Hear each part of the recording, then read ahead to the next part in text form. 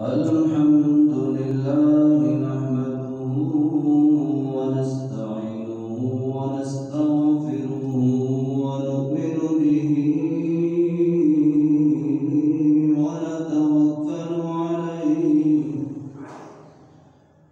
ونعوذ بالله من شرور أنفسنا ومن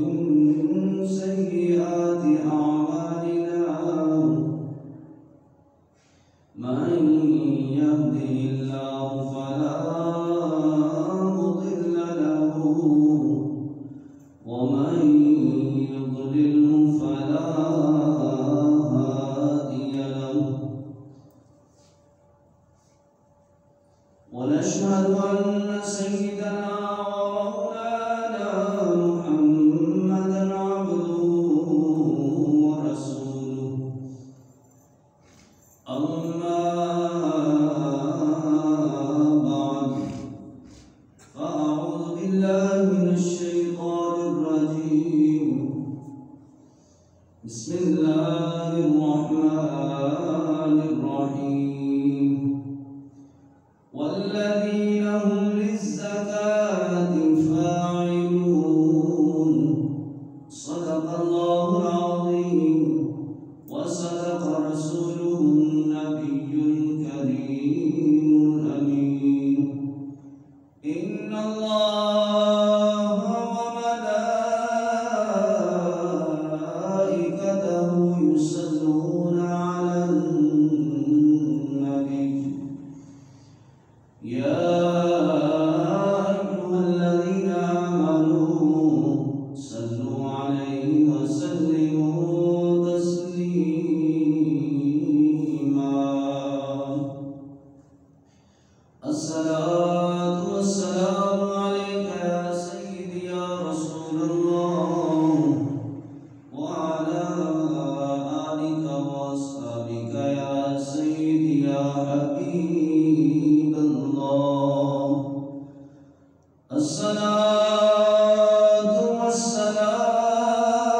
والسلام عليك يا سيدي يا نبي الله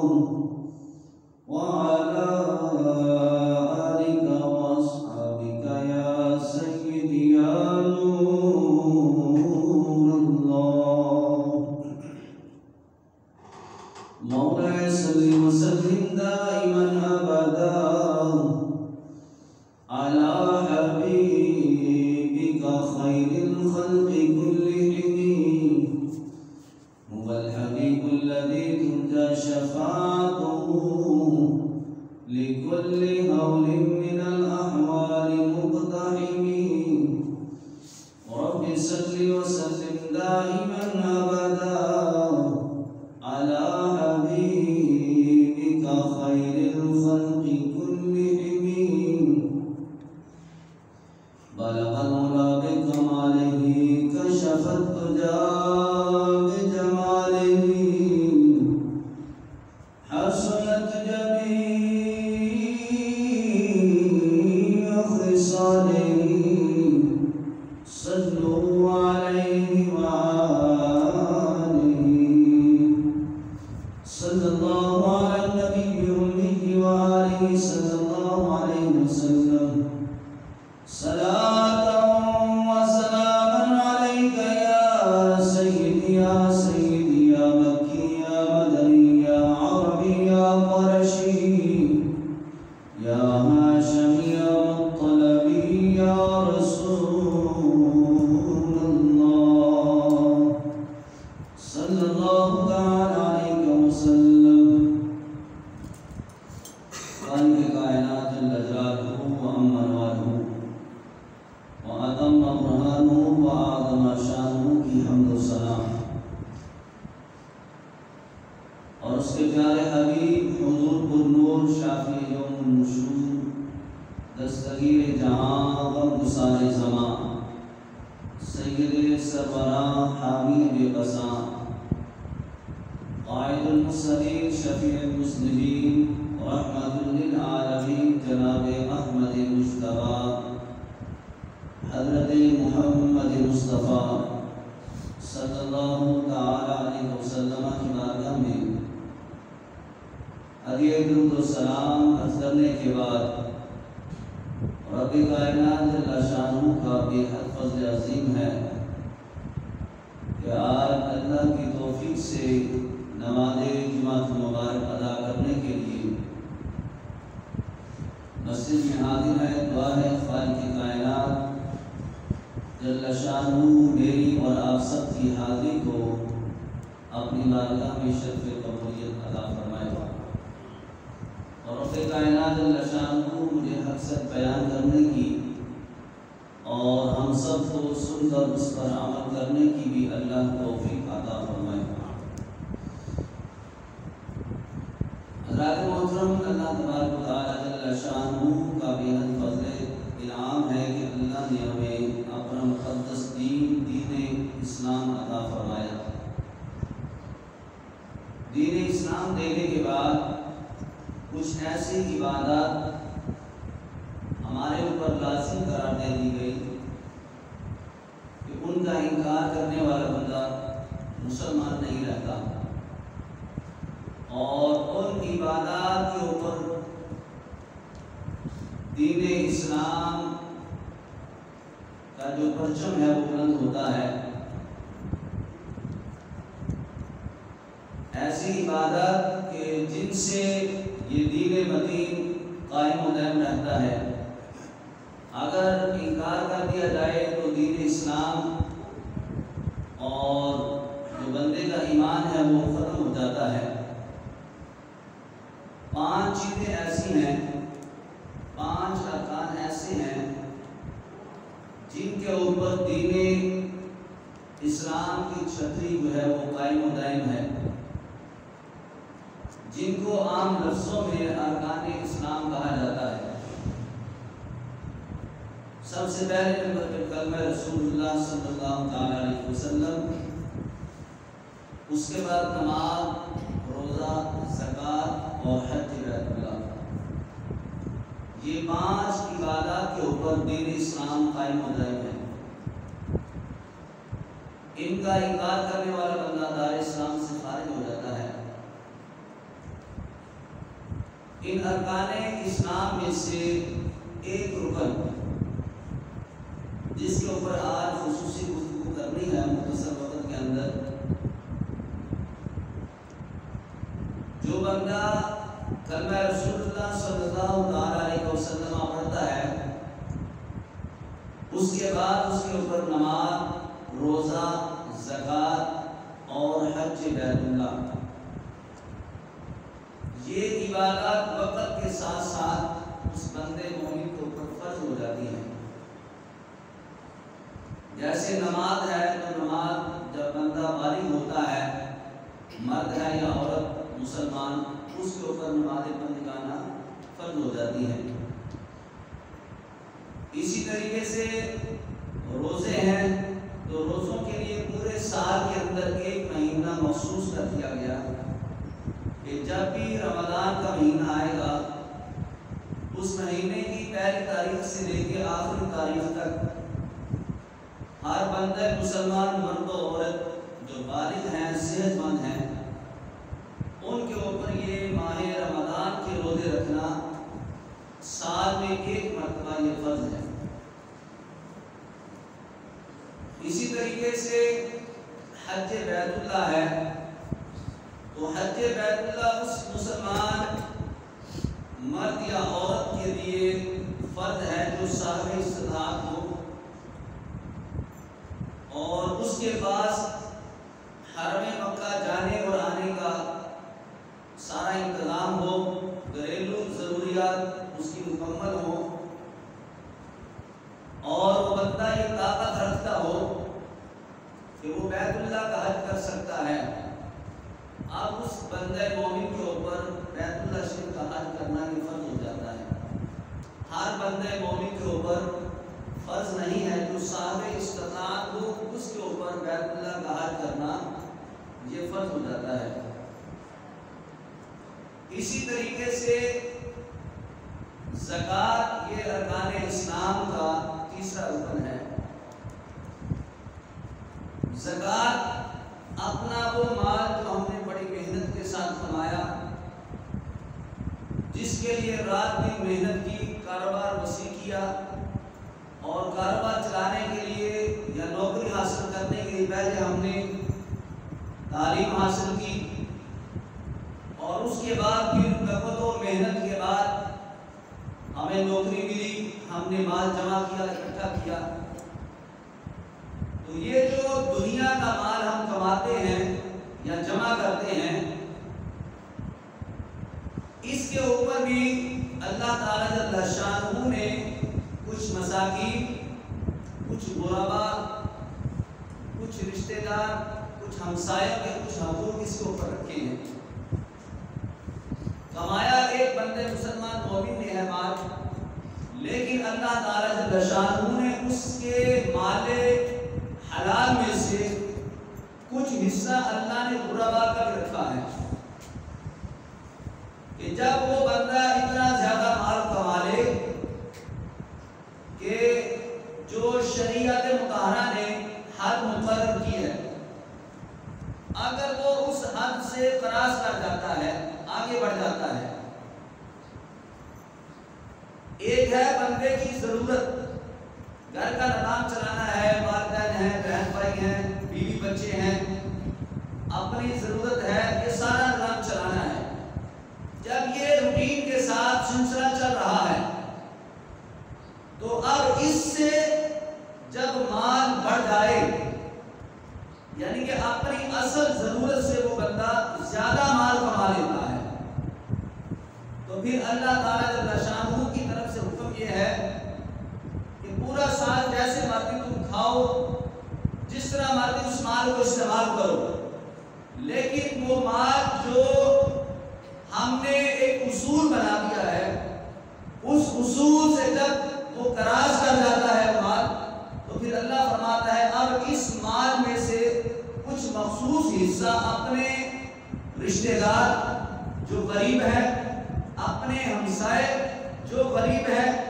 جو مساکین ہیں، ان کے اندر جو ہے اپنی اس دولت کو خرچ کرو، تاکہ جس طرح اللہ نے تمہیں مال دیا تو تم دنیا کی نعمتیں حاصل کر رہے ہو، دنیا کی لذتیں تم حاصل کرتے ہو، تو اب چونکہ اللہ نے تمہیں اتنا زیادہ مال دے دیا ہے جو تمہاری پہنچ سے بڑھ چکا ہے، جس کو تم جمع کر رہے ہو، بینک بیلنس بڑھا رہے ہو، تو فرمایا اب اس مال میں سے کچھ حصہ غریبوں کو بھی دے دو تاکہ وہ بھی تمہارے ساتھ خوشیوں کے اندر برابر کے شریک ہو جائیں، جس کو ہماری شریعت مطہرہ کے اندر زکوٰۃ کا نام دیا جاتا ہے. ایسا مال جو ہمارے موجودہ مال کو زکوٰۃ ادا کرنے سے وہ مال پاک کر دیتا ہے. تو اس اعتبار سے شریعت مطہرہ نے ہمیں ایک قانون، ایک نصاب دیا ہے کہ جو بندہ مومن ہے، جو مسلمان ہے، جب وہ بندہ رزق حلال کمائے اور اس کے بعد پھر وہ دیکھے کہ اس کی ضرورت سے اگر زیادہ ہے تو پھر اس مال کو اللہ کے راستے کے اندر خرچ کیا جائے. ہمارے معاشرے کے اندر چونکہ ماہ رمضان میں یا ماہ رمضان سے پہلے زیادہ تر لوگ اپنے قیمتی مال میں سے زکوٰۃ ادا کرتے ہیں، تو اس لحاظ سے آج مناسب یہی سمجھا چونکہ ماہ رمضان قریب ہے، تو اس لیے ماہ رمضان سے پہلے ہم تیاری کر لیں تاکہ ہمارا جو مال جو اللہ نے رزق حلال ہمیں عطا کیا ہے، جو نصاب بنتا ہے اس کے مطابق اس کا حساب لگایا جائے، اور جتنا مال شریعت مطہرہ نے مقرر کیا ہے وہ مال اپنے مال میں سے علیحدہ کیا جائے اور اس مخصوص رقم کو غربا کے اندر تقسیم کیا جائے.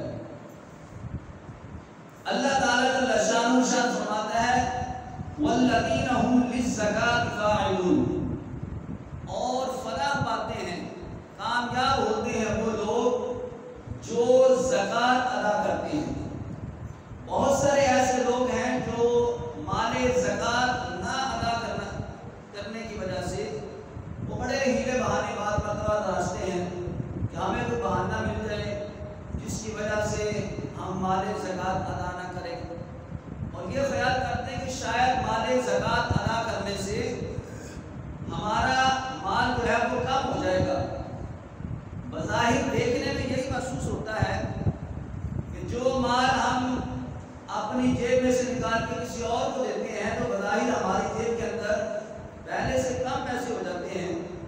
لیکن احادیث کی روشنی کے اندر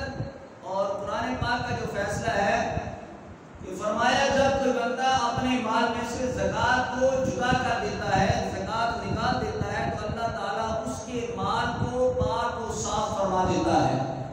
اور اللہ تعالیٰ اس کے مال کے اندر برکت عطا فرماتا ہے کہ وہ مال کم نہیں ہوتا بلکہ اللہ تعالیٰ اس مال کو مزید بڑھا دیتا ہے۔ اگر فرمایا وَمَا أَنفَقْتُم مِّن شَيْءٍ فَهُوَ يُخْلِفُهُ وَهُوَ خَيْرُ الرَّازِقِينَ۔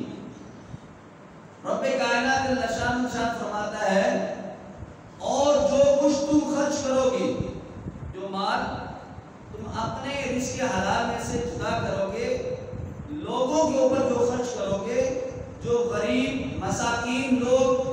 جن کو اللہ نے تھوڑا رزق دیا ہے ان کے اوپر جب تم خرچ کرو گے تو اللہ تعالیٰ اس کی جگہ اور دے گا، یعنی کہ تمہیں خرچ کرنے پہ اللہ تعالیٰ اور مزید تمہیں مال عطا فرمائے گا۔ یہ نہیں ہو سکتا کہ ہمارا مال دینے کی وجہ سے، زکوٰۃ ادا کرنے کی وجہ سے وہ مال کم ہو جائے گا، ایسا نہیں ہے۔ اب قرآن پاک کے اندر اللہ تعالیٰ جل شانہ نے خود ارشاد فرما دیا ہے کہ جب تم اپنا مال خرچ کرو گے تو نتیجہ کیا نکلے گا؟ اللہ تعالیٰ تمہیں اور مال عطا فرمائے گا۔ وَهُوَ خَيْرُ الرَّازِقِينَ، کہ اللہ بہتر روزی دینے والا ہے۔ تو ان آیات سے یہ پتہ چلتا ہے کہ رزق حلال میں سے کچھ مال غرباء کو دینے سے مال کم نہیں ہوتا بلکہ اللہ تعالیٰ جل شانہ مال کے اندر مزید برکت عطا فرما دیتا ہے۔ اور ایک بڑی پیاری حدیث مبارکہ ہے کہ نبی کریم علیہ السلام فرماتے ہیں اللہ تعالیٰ جل شانہ غریبوں کی دعائیں اور بزرگوں کی وجہ سے، ہم بعض مرتبہ کسی فقیر کو پیسے دیتے ہیں، 5 روپے 10 روپے دیتے ہیں، وہ آگے سے 20 دعائیں دے دیتا ہے۔ ہم سمجھتے ہیں جناب یہ پیشہ ور ہے، بے شک کئی ایسے لوگ ہیں پیشہ ور ہیں، ان کی پہچان ہونی چاہیے۔ میں ایک جو اصل حقیقتاً جو فقیر ہے، غریب ہے، میں اس کی بات کر رہا ہوں۔ حدیث مبارکہ میں آتا ہے جب تم کسی غریب کو دیتے ہو تو یقیناً وہ دعائیں دیتا ہے، تو فرمایا غریبوں کی دعائیں اور بزرگوں کی وجہ سے اللہ تمہیں رزق عطا فرماتا ہے۔ گھر میں بزرگ ہوں، کوئی والد صاحب ہیں، دادا جان ہیں، نانا جان ہیں، دادی جان ہیں، والدہ بوڑھی ہیں، والد صاحب بوڑھے ہیں، آپ وہ بظاہر کوئی کام کاج نہیں کر سکتے، وہ بیمار ہیں، ویسے مطلب چل جا نہیں سکتے، جسم کے اندر اتنی طاقت نہیں، کمزور ہو چکے ہیں، تو فرمایا ان بزرگوں کی برکت سے اللہ تعالیٰ تمہیں رزق عطا فرماتا ہے۔ ہم سمجھتے ہیں جناب ان کے اوپر ہمارا اتنا خرچہ ہو جاتا ہے، مہینے کی دوائی کا جناب 10,000 روپے خرچہ یہ جناب دادا جان کا ہی ہے، تو جناب دوسرے اپنے بچے بھی ہیں اور دیگر مطلب معاملات کے اوپر خرچہ کرنا ہے، تو اس سے تو ہمارا رزق کم ہو جاتا ہے۔ لیکن نہیں، فرمایا کہ جو بندہ کسی کی مدد کرے اور اس سے دعائیں لے، جاتے ہوئے کسی کو 150 بکرا دیے اور اس کے دل سے جو دعا نکلے گی اللہ تعالیٰ اس کی برکت سے اللہ تمہیں رزق کے اندر مزید برکت عطا فرمائے گا، اللہ تمہارا رزق اور بڑھا کے تمہیں عطا فرمائے گا۔ اور جو گھر کے اندر جو بوڑھے ہیں ان کے اوپر خرچہ کرنے کی وجہ سے اللہ تعالیٰ اتنا راضی ہوتا ہے کہ تمہارے تھوڑے رزق کے اندر اللہ برکت عطا فرما دیتا ہے۔ حضرت امام فخرالدین رازی رحمۃ اللہ تعالیٰ علیہ آپ نے ایک حدیث مبارکہ بیان فرمائی ہے، آپ فرماتے ہیں کہ نبی کریم علیہ السلام کی بارگاہ کے اندر ایک مرتبہ ایک صحابی نے آپ کی شکایت کی۔ شکایت کس کی کی؟ اپنے بھائی کی۔ اب وہ جو شکایت لے کے آیا وہ کہتا ہے کہ یا رسول اللہ صلی اللہ تعالیٰ علیہ وسلم، یہ جو میرا بھائی ہے یہ زیادہ وقت آپ کے پاس گزارتا ہے، یہ زیادہ دیر آپ کے پاس بیٹھا رہتا ہے، سارا دن یہاں پہ رہتا ہے، اور میں سارا دن کام کاج کرتا رہتا ہوں، کھیتوں میں ہل چلاتا ہوں اور دیگر گھر کے کام کاج کرنے ہوتے ہیں، سارا دن محنت کر کے میں تھک جاتا ہوں، تو آپ اس کو کہا کریں کہ یہ بھی میرے ساتھ ہاتھ اٹھایا کرے، یہ بھی میرے ساتھ کام کیا کرے، تاکہ دونوں مل کے کام کریں تو اللہ تعالیٰ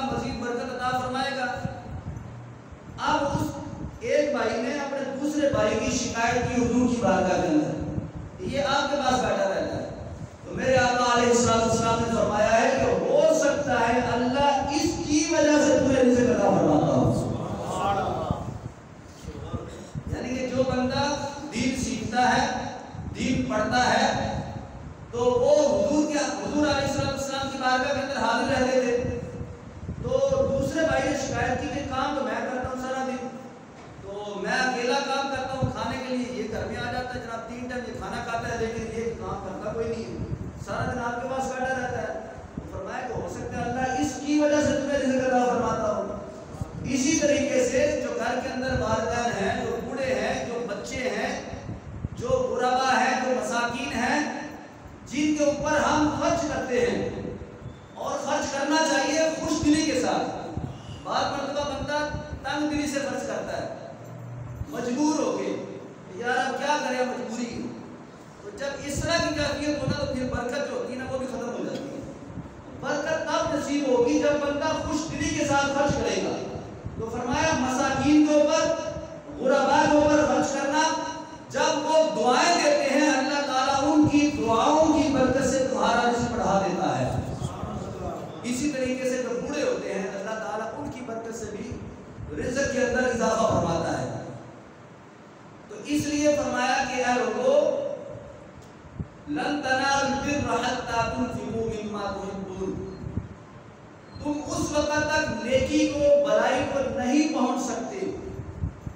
جب تک تم اپنی پسندیدہ چیز کو اللہ کے راستے کے اندر خرچ نہیں کر دیتے۔ یعنی کہ جو چیز ہماری پسندیدہ ہے، ہمیں بڑی پسند ہے، بڑی محبوب ہے، اور یقیناً یہ دنیا کی دولت ہر انسان کے لیے بڑی محبوب تر ہے، چاہے وہ مسلمان ہے چاہے وہ غیر مسلم ہے۔ تو یہ مسلمان کے لیے حکم دیا جا رہا ہے، فرمایا کہ اپنے مال میں سے کچھ مال اللہ کے راستے کے اندر خرچ کر دو۔ اب وہ مال زکات کی صورت میں جو مال اللہ نے تمہیں دیا، جب وہ نصاب سے بڑھ گیا، تمہاری ضرورت سے بڑھ گیا، تمہاری پہنچ سے زیادہ ہو گیا، جمع ہونا شروع ہو گیا، تو جب جمع ہو رہا ہے تو فرمایا اس جمع شدہ مال میں سے کچھ مال نکالو، اپنے ساتھ والے ہمسائے کو دو، اپنے غریب رشتہ دار کو دو، اپنے کسی غریب دوست کو دو، کسی راہ جاتے ہوئے فقیر کو دو، تو اللہ تعالیٰ جل شانہ یہ مال خرچ کرنے کی وجہ سے اللہ تمہیں اتنا دے گا کہ پہلی کمی بھی پوری ہو جائے گی، اللہ تعالیٰ اس سے بڑھ کر تمہیں اور زیادہ عطا فرما دے گا۔ لیکن آج لوگ زکات ادا کرتے ہوئے وہ ڈرتے کہ جناب ہمارا مال کہیں کم نہ ہو جائے۔ حضرت صدیق اکبر رضی اللہ تعالیٰ عنہ آپ کے دور مبارکہ کے اندر بڑی مشہور معروف حدیث ہے کہ آپ کے دور کے اندر کچھ لوگوں نے اسلام کا انکار کر دیا، اور کافر ہو گئے، اور کچھ لوگ ایسے تھے جنہوں نے مطلقاً اسلام کا انکار تو نہ کیا، لیکن کچھ ایسے احکامات جو اسلام کے اندر فرض ہے، لازم ہے، جن کا انکار کفر ہے، کچھ ایسے تھے جنہوں نے کلمے کا تو انکار نہ کیا، لیکن ارکان اسلام میں سے کچھ کا انکار کر دیا، جن میں سے کچھ ایسے قبیلے تھے جنہوں نے زکات کا انکار کر دیا۔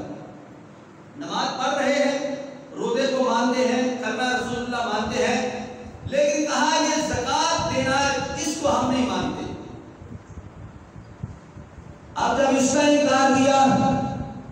حضرت صدیق اکبر رضی اللہ تعالیٰ عنہ نے اعلان فرما دیا،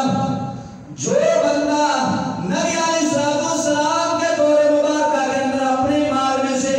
زکات ادا کرتے تھے، اگر اب وہ مجھے زکات نہیں ادا کریں گے، فرمایا میں ان کے ساتھ اعلان جنگ کرتا ہوں، چاہے وہ کسی قبیلے کا فرد ہو یا جناب کسی علاقے کا رہنے والا ہو، کوئی بھی بندہ ہو، اگر کسی نے زکات کا انکار کر دیا، زکات ادا نہ کی، فرمایا اس کے ساتھ ابو بکر کی جنگ ہے۔ حضرت فاروق اعظم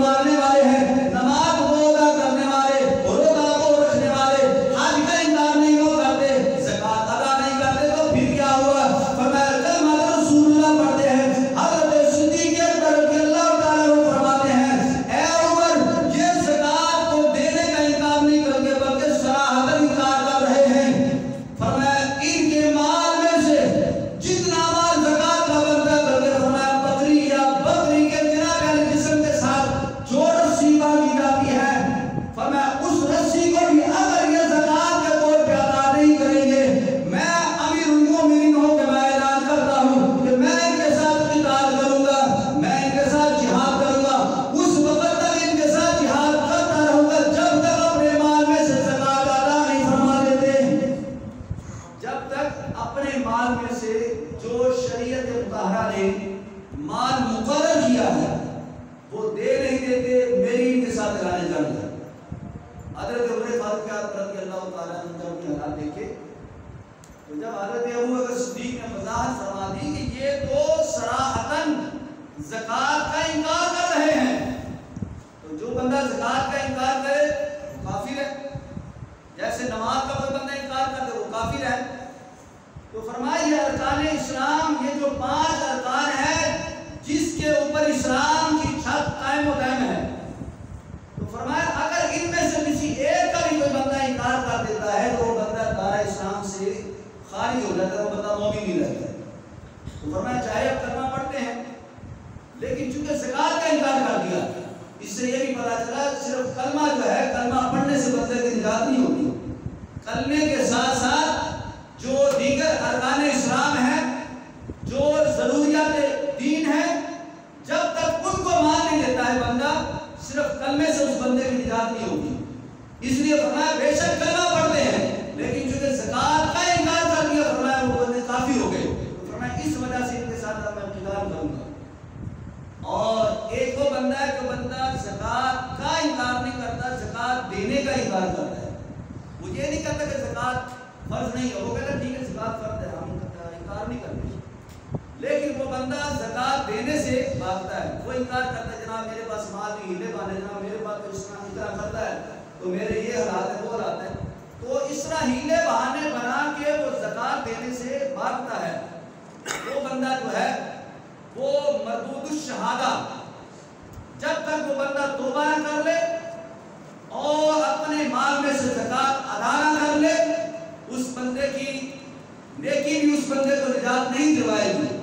چاہے اس کی عبادت نماز ہے اور روزہ ہے، حج بیت اللہ ہے، لیکن مال میں سے زکوٰۃ نہیں ادا کرتا ہے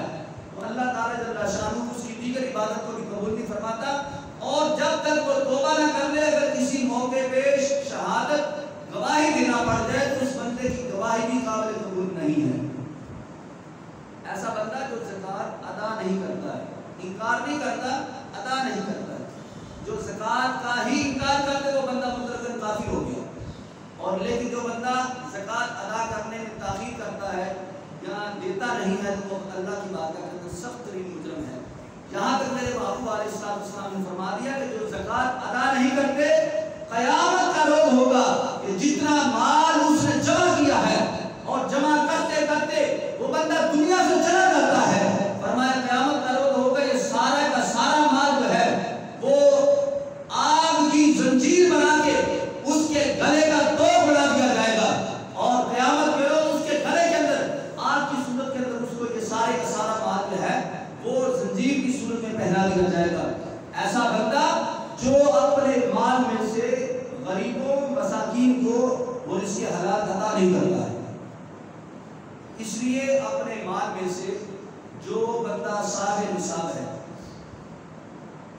شریعت مطہرہ نے قانون بنایا ہے کہ جو بندہ اس قانون کو اس نصاب کو پہنچ جاتا ہے وہ بندہ صاحب نصاب ہے۔ آپ یوں سمجھ لیں سادہ لفظوں میں، بالکل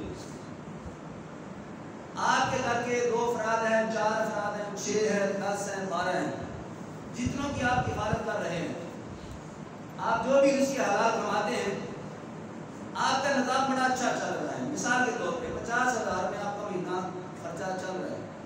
اللہ تعالیٰ نے مہربانی کی 50 کی 60,000 کہاں ہو، آپ 60 سے 70 پہنچ گئے، آپ کا نظام 50 میں چل رہا ہے، 50-55 میں چل رہا ہے، اب آپ نے سوچا کہ یار 10,000 پڑ گئے، 15,000 پڑ گئے، سیٹوں کو بیٹی ڈال دیتی ہے تو مزید کوئی گھر کی ضرورت کی کوئی چیز لے جاتی ہے۔ ابھی پہلے تو نظام چل رہا تھا، لیکن اب چونکہ پیسے بڑھے تو بندے کی جو ہے وہ توجہ بڑھ جاتی ہے اور دل کے اندر پھر یہ حص پیدا ہوتی ہے چلو فلاں چیز لے فلاں چیز لے، تو ضرورت سے زائد جو پیسے ہیں ان کے اوپر 1 سال گزر جائے اور وہ اتنی رقم ہو جو کم از کم 52.5 تولے چاندی جتنوں کی خریدی جاتی ہے اتنے پیسے ہو جائیں تو فرمایا وہ بندہ صاحب نصاب ہے۔ اب وہ بندہ ان پیسوں کو جو ہے وہ 40 پہ تقسیم کر لے، جو جواب نکلے وہ بالکل مختصر سا جواب نکلے گا، اب وہ جو جواب ہے وہ آپ کی زکوٰۃ ہے، 3000 4000 بن جائے 5000 بن جائے جتنا بھی بن جائے جتنا مال ہے اس کے حساب سے وہ مال آپ نے اب کسی غریب کو دینا ہے. اس کو بتائیں بھی نا, کوئی ضرورت نہیں کہ اس کو بتائیں کہ جناب یہ زکات کے پیسے دے دے تو فقط دے دیں اس کو, لیکن دینے سے مراد یہ کہ اس کو اس کا حقیقتاً مالک بنا دیا جائے. یہ نہیں کہ آپ اس کو پابندی لگا دی جائے جناب یہ اس پیسوں سے آپ نے 2 جوڑے اپنے فلاں بچے کے خریدنے ہیں, 2 جوڑے اپنے فلاں بچے کے خریدنے ہیں, ایک آپ اپنے لیے خرید لو, ایک بیوی کے لیے خرید لو, چلو عید آ رہی تو تمہارا نظام اچھا چل رہا ہے. نہیں, پابندی آپ نے نہیں لگانی, آپ نے کلی اختیارات کے ساتھ جس کو بھی دینے ہیں اس کو دے دیے. اب اس کی مرضی ہے وہ اس مال کو جس طرح مرضی کو خرچ کرے. جب وہ مالک کا نہیں اس کی مرضی ہے وہ کھانے پہ خرچ کر لے, گھر کا سودا سلف لے آئے, بچوں کے کپڑے لے آئے, اگر مکان کا کرایہ دینا وہ کرایہ دے لے, جو بھی اس کی ضرورت ہے بیماری کے لیے خرچ کرنا جہاں مرضی خرچ کر لے.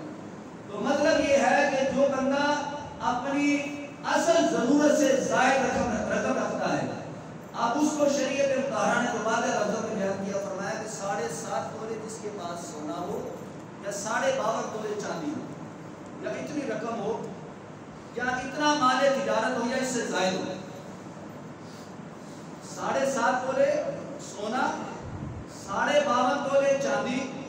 یا اتنی رقم ہو جتنی کی چاندی بنتی ہے, یا مال تجارت چاندی کی قیمت یا اس سے زیادہ ہو. ان 4 چیزوں کو ذہن میں رکھے تو اس کے اوپر 1 سال گزر جائے تو اس کے اوپر جو ہے وہ بندے کے اوپر زکات لازم آتی ہے. اب جتنا بھی مال بنتا ہے آپ سونے چاندی اپنی نقدی اپنی تجارت کے مال کو آپ اس کا حساب لگائیں اور جتنی رقم بنتی ہے سب کو جمع کیا جائے اور اس کو 40 میں تقسیم کر دیا جائے. پھر جو جواب نکلے گا وہ اس کی زکات ہے. اب وہ زکات دینا اس بندے مومن کے اوپر فرض ہو چکا ہے, لازم ہے, نہیں دے کر وہ بندہ گناہگار ہے. حضرت بی بی عائشہ صدیقہ رضی اللہ تعالیٰ عنہا آپ فرماتی ہیں کہ نبی علیہ السلام نے ارشاد فرمایا کہ جو بندہ اپنے مال میں سے زکات کا مال جمع رکھتا ہے تو ملا دیتا ہے تو اللہ تعالیٰ اس کے اصل مال کو بھی ہلاک فرما دیتا ہے. اس میں 2 قول ہیں فرمایا, ایک تو یہ ہے کہ ایک بندہ صاحب سیرت ہے لیکن جھوٹ بول کے لوگوں سے زکات وصول کرتا ہے, ادھر سے زکات لی اور ادھر جو اس کا اپنا سلسلہ چل رہا ہے تو وہ زکات لینے کی وجہ سے اس کا اپنا نظام بھی درم برم ہو جائے گا. بظاہر تو وہ یہ سمجھے گا کہ میرے پاس ویسے سلسلہ چل رہا ہے میرا نظام, لیکن ادھر سے پیسے لے کے اپنے اصل پیسوں میں جب شامل کرے گا تو اس کے وہ اصل پیسے بھی گئے, وہ مال اس کو ہلاک کر دے گا, بیماری کی صورت میں, ایکسیڈنٹ کی صورت میں, کسی بھی صورت میں ہلاک کرنے والا ہو سکتا ہے. اور دوسرے نمبر پر یہ ہے کہ جو بندہ اپنے مال میں سے زکات بنتی ہے لیکن وہ زکات اس مال میں سے نکالتا ہی نہیں, جمع ہی رکھتا ہے. مثال ایک بندہ 10 لاکھ کی رقم اس کے پاس موجود ہے یا جتنا جو میں نے پہلے مثال بتایا ہے, سونا چاندی پیسہ اور مال تجارت ملا کے مثال کے طور پر 10 لاکھ رقم بن گئی, چاہے وہ ساری رقم بکھری ہے, کوئی سونے کی صورت میں, چاندی کی صورت میں, مال تجارت کی صورت میں کچھ پیسے موجود ہیں تو سب کو جمع کیا گیا تو 10 لاکھ بن گیا. اب 10 لاکھ میں سے جو اس کی زکات بنتی تھی اب اس نے وہ زکات نہ ادا کی, اس نے کہا میں کیسے ادا کروں تو میں تو نہیں دیتا, یا اس نے ہیلا بہانا جس طرح بھی بنا لیا. اب چونکہ اس نے اپنے مال میں سے وہ پیسے نکالے نہیں تو فرمایا یہ مال جس میں سے زکات بنتی تھی اس نے نکالی نہیں تو یہ مال اس کے لیے ہلاکت کا سبب بن جائے گا. بہت سارے ایسے گھرانے ہیں جو دعائیں کرواتے پھرتے ہیں, پیروں سے تدبیر لیتے پھرتے ہیں, لیکن اصل حقیقت یہ ہوتی ہے بعد میں کہ کاروبار میں برکت ختم, بیماریوں نے ڈیرے لگا لیے, پریشانیاں ناچاکیاں گھریلو حالات جناب گرم برم ہو جاتا ہے. اس کی وجہ کیا ہوتی ہے؟ ایک وجہ یہ بھی ہے, اور بھی بہت ساری وجوہات ہو سکتی ہیں, لیکن ایک وجہ یہ بھی ہے کہ جب زکات بنتی تھی تو نے ادا نہ کی, جس کی وجہ سے نحوست یہ پھیلی کہ وہ 10 لاکھ بھی تمہارے لیے فائدے کا باعث نہ بن سکا. اب وہ پیسہ تم کبھی ڈاکٹروں کو دیتے ہو, کبھی جناب کدھر لگاتے ہو, کبھی کدھر لگاتے ہو کہ سکون مل جائے, تو سکون اسی صورت میں جب تک اپنے مال میں سے تم زکات نہیں ادا کر لیتے. اس لیے اپنے مال کا حساب لگایا جائے. جو لوگ کاروبار کرتے ہیں, دکاندار ہیں, ان کا وہ سارا مال تجارت ہے. جو پراپرٹی کا کام کرتے ہیں, اگر ان کے پاس کچھ پلاٹ ہیں ان کی ملکیت میں ہے. آپ وہ چونکہ بیچنے کی نیت سے خریدے انہوں نے، تو جو چیز بیچنے کی نیت سے خریدی جائے، چاہے آپ کی اپنی گاڑی ہے، چاہے آپ کا اپنا مکان ہے، چاہے آپ کی موٹر سائیکل ہے، چاہے آپ کا کوئی کاروبار ہے، جو چیز بیچنے کی نیت سے خریدی جائے اسی کو مال تجارت کہا جاتا ہے. اب وہ چیز چاہے 50,000 کی ہو چاہے 50 لاکھ کی ہو، وہ سب کا حساب لگایا جائے گا. پیسے لگائیں موقع کی مناسبت سے، جب جس دن آپ نے زکوٰۃ نکالنی ہے اس دن مارکیٹ ریٹ لگایا جائے. اسی طریقے سے جو سونا ہے گھر کے اندر، اگر سونا مرد کی ملکیت ہے، یہ ذرا توجہ سے سنیں، سونا اگر مرد کی ملکیت میں ہے، بیوی کو صرف پہننے کے لیے دیا ہوا ہے، تو وہ مرد اس سونے کا حساب لگائے گا، چاندی کا حساب لگائے گا، جو نقدی موقع پہ موجود ہے اس کا حساب لگا کے پھر جو رقم بنے اس کو 40 پہ تقسیم کر کے اس کی زکوٰۃ نکال دے جو جواب آئے. اور اگر وہ جو سونا ہے یا چاندی ہے، جو زیورات ہے، جو زوجہ ہے، وہ اپنے میکے سے لے کے آئی ہے، شادی کے بعد اس کے والدین اس کو دیا تحفہ تک، وہ اپنے ساتھ لے کے آئی ہے، تو وہ اگر مالک خود ہے وہ عورت، تو پھر اب مال زکوٰۃ اس کے اوپر لازم ہے، نہ کہ شوہر کے اوپر. ہاں اگر شوہر اپنی طرف سے ادا کر دے اس کی اجازت سے تو ٹھیک ہے، اگر نہیں ادا کرتا تو یہ شوہر مجرم نہیں ہے، مجرم وہ عورت ہے اگر وہ زکوٰۃ ادا نہیں کرتی. تو اس لیے اگر کوئی بندہ بہانا بنائے لو جی میرے پاس تو پیسہ نہیں ہے، یہ ایک شیطانی وسوسہ ہے. ابھی کوئی کسی کو کوئی شادی کارڈ آ جائے، 10-20 ہزار 30 ہزار کی شاپنگ بھی ہوگی، لین دین کا معاملہ بھی ہوگا، سارے معاملات ہوں گے، لیکن جب اللہ کا حکم آ جاتا ہے تو پھر ہم کہتے ہیں جناب میں تو قرض دار ہوں، جناب میں پیسے کہاں سے دوں. تو قرض دار جو ہے وہ بھی ذرا کان کھول کے سنیں. ہر بندہ جو ہے وہ یہ کہانی بڑی سناتا ہے اس موقع پہ آگے کہ جناب زکوٰۃ دے دی، جناب میرے اوپر تو قرض ہے. اور اکثر لوگ یہ سوال کرتے ہیں جناب جو قرض دار ہے وہ کیسے زکوٰۃ ادا کرے، اس کے اوپر کیا زکوٰۃ بنتی ہے؟ تو قرض دار کے اوپر بھی زکوٰۃ بنتی ہے. سنیں، ایک بندہ نارمل زندگی گزار رہا ہے، اور یہ سوال زیادہ تر وہ کرتے ہیں جو لاکھوں کے مالک ہیں، لاکھوں کیا کروڑوں کے مالک ہیں، وہ یہ زیادہ سوال کرتے ہیں جناب ایک بندہ جو قرض دار ہے وہ کیسے زکوٰۃ ادا کرے، اس کے اوپر کیا زکوٰۃ بنتی ہے. تو دیکھیے ایک بندہ نارمل پوزیشن میں زندگی وقت گزار رہا ہے، نہ اس کو قرضہ لینا پڑتا ہے، نہ جناب دائیں بائیں اس کو ادھر ادھر ہاتھ ملانے پڑتے ہیں، بڑا اچھے طریقے سے نظام اس کا چل رہا ہے. اب دل کے اندر لالچ پیدا ہوتی ہے، کوئی بندہ مشورہ دے دیتا ہے جناب یہ فلاں کام کرو،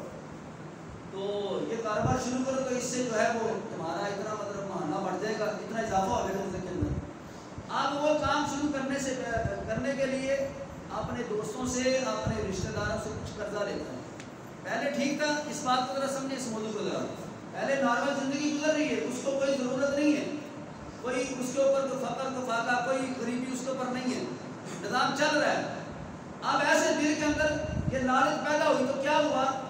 اب کاروبار کو بڑھایا جائے. بڑھانے کے لیے جناب 5 لاکھ ادھر سے لے لیا، 10 لاکھ بینک سے نکلوا لیا، 2-4 لاکھ ادھر سے لے لیا. اب کاروبار بڑھانے کے لیے 25-30 لاکھ کا قرضہ سر پہ چڑھا کے تو کاروبار ہم نے بڑھا دیا، لو جی میرا کاروبار چل رہا ہے. اب زکوٰۃ کا وقت آ گیا، لو جی قرضہ بتائیں جس کے اوپر کرتا ہو اس کے اوپر زکوٰۃ بنتی ہے، اسی منافع دار بنتی ہے، زکوٰۃ نہیں بنتی. آپ سمجھ لگی کہ لگی؟ زکوٰۃ قرض دار وہ بندہ ہے جو پہلے غریب ہے بیچارہ، جس نے 4 مہینے کا کرایہ دینا بھی. ابھی کل ایک پوسٹ میں نے دیکھی، میرے پاس آئی تھی، تو 4 مہینے کا بیچارے نے کرایہ دینا تھا، اللہ تعالیٰ اس کے اوپر مہربانی فرمائے. 17,500 کا بل آ گیا، 2 بچے، بیوی اور شوہر. پہلے بچوں کو زہر دیا اور پھر دونوں میاں بیوی نے زہر کھا کے چاروں کو چارے دنیا سے پردہ کرا. یہ ہے غریب جس کی طرف ہماری توجہ نہیں ہے. یہ بندہ کہنا کہ جناب میرے اوپر اتنا قرض ہے تو شریعت اس کو معافی دیتی ہے. تو ہم جناب ہٹے کٹے گھروں کے اندر بڑا نظام ہمارا چل رہا ہے، ہمارے گھر کی شکل و صورت دیکھ لو تو اس کی بولی کے بعد پتہ چلے جناب 1.5 کروڑ کا مکان ہے، اس کے مالک کو پوچھ کے دیکھو جناب میں تو بڑا قرضدار ہوں، زکوٰۃ کہاں سے ادا کروں، ہے جی. تو یہ ہیلے بہانے شیطانی ہیں. ایسے بندے کے اوپر کوئی معافی نہیں ہے. وہ چاہے اب وہ بینک سے جناب وہ 10 کروڑ لے لے قرضہ، تو پھر کہ جناب میرے اوپر تو اتنا قرض ہے، قاری صاحب میں کہاں سے زکوٰۃ دوں، میرے اوپر تو بھاگی نہیں. بھائی تجھے کس نے کہا کہ تو اتنا پیسہ دے؟ جب تیرا کہ نظام اللہ تعالیٰ کی مرضی سے نظام صحیح چل رہا ہے تو پھر تمہیں حاجت ہی نہیں ہے اس چیز کی کہ تم ایسے بلا وجہ قرضہ لے کے تو پھر مزید تم کاروبار کو بڑھانے کی کوشش کرو. تو اس کی اجازت شریعت نہیں دیتی۔ قرض دار وہ ہے جو بندہ غریب ہے، عام حالات کے اندر بھی، خاص حالات میں بھی، عید کا تہوار ہو، شادی کا موقع ہو، خوشی ہو یا کمی ہو، اس کے کبھی کپڑے پھٹے پرانے نظر آتے ہیں، کبھی 2 دن کا بھوکا نظر آتا ہے، کبھی جناب وہ 4 مہینے کا اس نے بل نہ دیا ہو، کبھی جناب ہر دوسرے چوتھے مہینے کے اندر جس کے وہ دروازے سے جناب وہ میٹر کاٹ کے لیتے ہیں باپٹا والے، تو یہ بندہ غریب ہے۔ ہاں یہ کہے نا کہ جناب میرے اوپر تو اتنا قرضہ ہے، تو پھر ہم کہیں کہ ہاں اس کے اوپر قرضہ ہے تو اس کو شریعت معافی دیتی ہے، یہ زکات نہیں ادا کرے گا، یہ قرض دار ہے۔ لیکن جناب جس کے گھر میں 4 اے سی چلتے ہیں، 2 جناب بڑی گاڑیاں کھڑی ہوں، نوکر چاکر بھی ہوں، تو پھر بندہ سوال کرے جناب میرے اوپر قرضہ بنتا ہے، میرے اوپر زکات بنتی، میرے اوپر 2 کروڑ کا قرضہ ہے، تو اس نے اب اپنے اوپر خود وزن ڈالا ہوا ہے، تو وہ خود اس چیز کا ذمہ دار ہے۔ شریعت ایسے موقع پہ کسی کو اجازت نہیں دیتی ہے۔ اللہ تعالیٰ ہم سب کو عمل کی اور سمجھ کو عطا فرمائے۔ جو زکات کے حوالے سے خصوصاً اگر بل فروخت کے سوال ذہن کے اندر ہو تو بات مجھ سے رابطہ کر دیں، تاکہ اپنے مال حلال میں سے زکات ادا کی جائے، تاکہ ہمارا مال جو ہے وہ نحوست سے، ہمارے سے جو ہے پاک صاف ہو جائے۔ اللہ تعالیٰ ہم سب کو عمل کی